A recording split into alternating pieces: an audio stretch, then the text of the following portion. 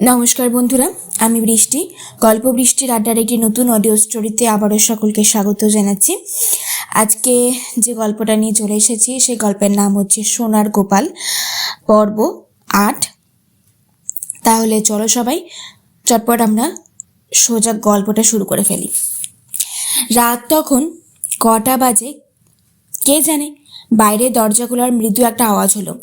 কে যেন বারান্দায় ঢুকলো। পর্দার ফাঁক দিয়ে দেখলাম শ্বশুর মশাই। আরে, ওনার মাথায় একটা পনিটেল করে বাঁধা পরচুলা, পরনে লম্বা পাঞ্জাবি। আশ্চর্য, ওনার এই বেশভূষার মানেটা কি?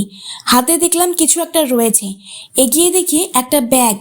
চারিদিকে সতর্ক দৃষ্টিতে তাকিয়ে উনি ব্যাগটা খুললেন।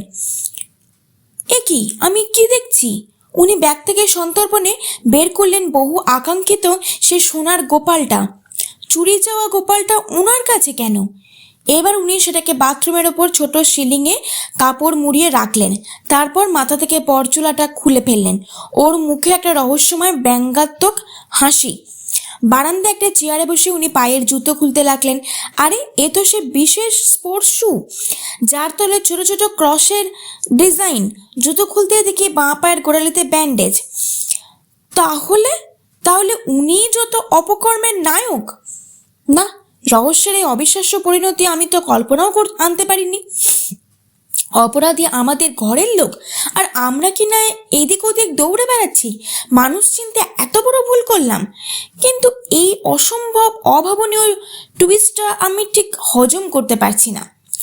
আমার পূজনীয় শ্বশুরমশাই, যাকে কিনা আমি এত শ্রদ্ধা করি, তিনি কিনা ছি ছি ছি ছি, মুখ দেখাবো কি করে? হঠাৎ এদিকে ফিরে পর্দার ফাঁক দিয়ে উনি আমায় দেখে ফেললেন। আমি যে এত রাতেও জেগে থাকবো উনি ধারণাও করতে পারেননি। আমাকে দেখে ওনার মুখের এক্সপ্রেশন বদলে গেল। চোখে মুখে ফুটে উঠল তীব্র হিংস্রতা। ক্রূর দৃষ্টি নিয়ে উনি আমার দিকে এগিয়ে আসতে লাগলেন। আমাকে কি উনি মারবেন? নিজের জামাইকে? বিস্ময়ে আতঙ্কে আমার বুক কাঁপতে লাগলো রীতিমতো। এবার আমি কি করি? সামান্য খুঁড়িয়ে খুঁড়িয়ে উনি তখন অনেকটা এগিয়ে এসেছেন। পর্দা ছেড়ে দিয়ে আমি পেছন থেকে পিছোতে শুরু করলাম। হঠাৎ কিসের সাথে ধাক্কা লেগে টাল সামলাতে পারলাম না। ধপাস করে চিৎপাত হয়ে পড়ে গেলাম। মুখ থেকে বেরিয়ে এলো উফ। আওয়াজটা বোধহয় একটু জোরেই হয়েছিল। পিঙ্কির ঘুম ভেঙে গেল। ও, কি হয়েছে সোনা? বলে এক ঝটকায় বিছানা থেকে নেমে ছুটে এলো আমার কাছে। আমি কোনো উত্তর দিতে পারলাম না। বিস্ফারিত চোখে দরজার দিকে তাকিয়ে রইলাম। সারা শরীর থেকে আমার টপ টপ করে ঘাম ঝরছে। পরনে হাফ প্যান্টটা ভিজে জবজবে। পিঙ্কি কিছু বুঝতে না পেরে আমার দৃষ্টি অনুসরণ করে আমাকে ধরে দাঁড়িয়ে রইল। ওর চেহারায় আতঙ্ক। এমনিতেও বেশ ভীতু। আমার মুখ দেখে কথা বেরোচ্ছে না দেখে আরও ভয় পেয়েছে। আমি ওকে কী বা বলবো? সর্ষের মধ্যে যেখানে ভূত। ভয়ে ভয়ে পিঙ্কি আবার জিজ্ঞেস করলো, কি হয়েছে তোমার? ভয় পেয়েছো নাকি? কথা বলছো না কেন? বলে ও আমার কাঁধরা ধরে জোরে ঝাঁকিয়ে দিল।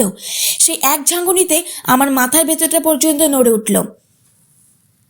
আমি আবার আমার মধ্যে ফিরে এলাম যেন। ভালো করে লক্ষ্য করলাম আমি যেমন চেয়ারে বসেছিলাম ঠিক তেমনি বসে আছি। কি ঘটলো তাহলে এতক্ষণ? স্বপ্ন দেখলাম নাকি? ইস, কিরকম বাজে স্বপ্ন! ছি! যাক, ভগবান রক্ষা করেছেন। এটা তাহলে বাস্তব নয়। বুকে ধকধকানি কমলো একটু। বাঁচা গেছে বাবা, সত্যি সত্যি অমনটা ঘটেনি। চেয়ারে বসে কেশের আদ্যপান্ত চিন্তা করতে করতে কখন ঘুমিয়ে পড়েছিলাম টের পাইনি। আসলে সারাদিন যা ধকল গেছে, বিশ্রাম হয়নি একটু। ওফ, যেটা স্বপ্নেও ভাবতে পারি না সেটাই কিনা স্বপ্নে দেখলাম। আশ্চর্য ব্যাপার।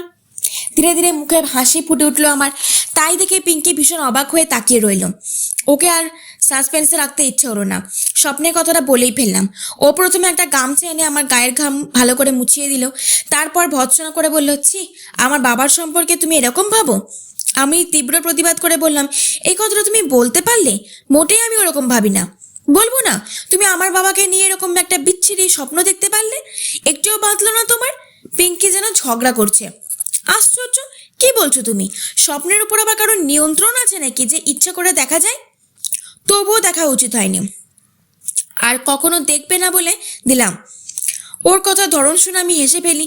পিঙ্কি বলে, বাব্বা, একদম ভয় পাইয়ে দিয়েছিলে। ওরকম চিৎকার কেউ করে? খুব জোরে চেঁচিয়ে উঠেছিলাম, তাই না?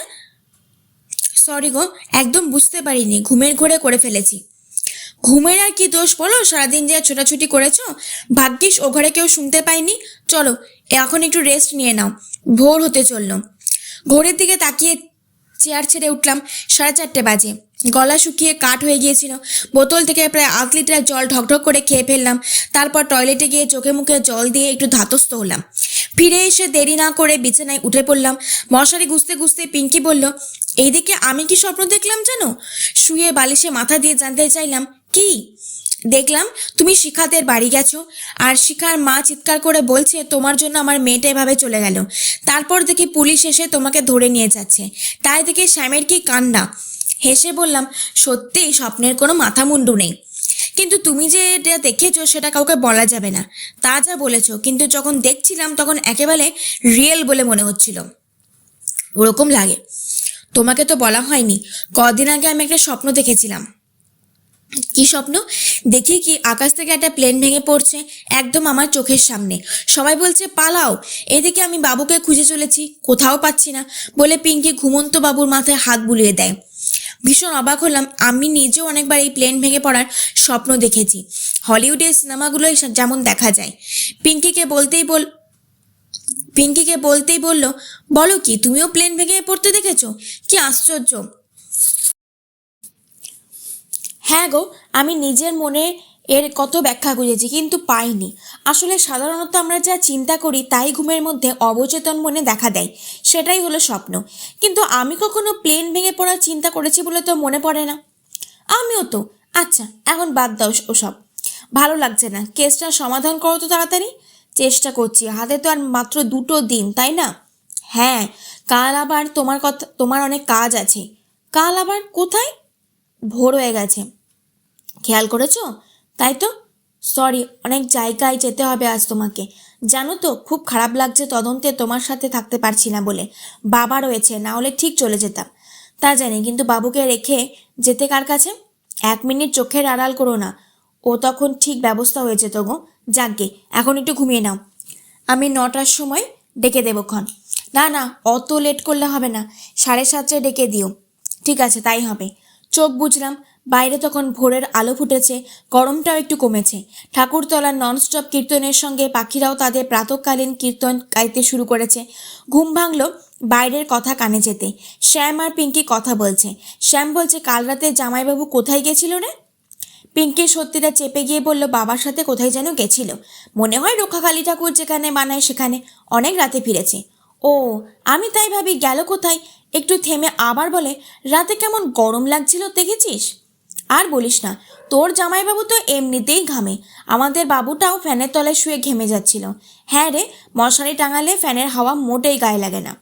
চাপা গলায় পিঙ্কি বলল, এই শ্যাম, আস্তে কথা বল, বাবুটা উঠে গেলে আমি আর কাজ করতে পারবো না। কটা বাজে দেখ তো। তোর জামাইবাবুকে আবার 7:30টায় ডাকতে হবে। 10 মিনিট বাকি আছে এখনো। কেন, জামাইবাবু কোথাও যাবে নাকি? হ্যাঁ, কি আর কাজ আছে বলল। মোবাইল টিপে দেখলাম শ্যাম ঠিকই বলেছে, 7:21 বাজে। উঠে পড়লাম। বাবু হাত পা ছড়িয়ে উদম হয়ে ঘুমোচ্ছে দেখে হিংসা হলো। ইস, আবার যদি বাচ্চা হয়ে যেতে পারতাম, কোনো টেনশন থাকতো না, নিশ্চিন্তে ঘুমোতে পারতাম। কিন্তু সেটা আর ইহজন্মে সম্ভব নয়। বাইরে বেরিয়ে দেখি শ্যাম আর পিঙ্কি বসে চা খাচ্ছে। শাশুড়ি মা লুচি তৈরি করছেন। শ্যামকে বললাম, এ কি, আমাকে ছাড়াই চা খাচ্ছ যে বড়? পিঙ্কি কাপ রেখে বলল, আরে উঠে গেছো? আমি এই সবে ডাকতে যাচ্ছিলাম। শ্যাম দুষ্টু হেসে বলল, আমিও তোমায় সবে বেডটি দিতে যাচ্ছিলাম। বেডটি? বাবা, কি সৌভাগ্য আমার। দাঁড়াও, মুখটা ধুয়ে আসি, তারপর তোমার হাতের সেই স্পেশাল চা খাবো। ও, সেই জলজিরা চা? ঠিক আছে, আমি করে নিয়ে আসছি। আমি ব্রাশে টুথপেস্ট লাগিয়ে বাথরুমে যেতে যেতে শুনতে পেলাম পিঙ্কি বলছে, আরে তোর ওই চা খেয়ে তোর জামাইবাবু আর আমাদের চা পছন্দ হয় না জানিস? পিঙ্কি আর শ্যামের সাথে আমার শাশুড়িও হেসে ওঠে। আজকের এই গল্পটা এখানেই সমাপ্ত হলো। আশা করছি তোমাদের এই গল্পটা ভালো লেগেছে। আর ভালো লাগলে অবশ্যই লাইক, কমেন্ট, শেয়ার এবং সাবস্ক্রাইব করতে কিন্তু একদম ভুলো না।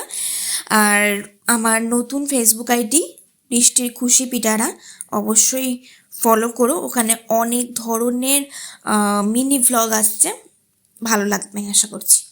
তো খুব শিগগিরই আবার নতুন গল্প, নতুন পর্ব সমস্ত কিছু নিয়ে হাজির হয়ে যাব।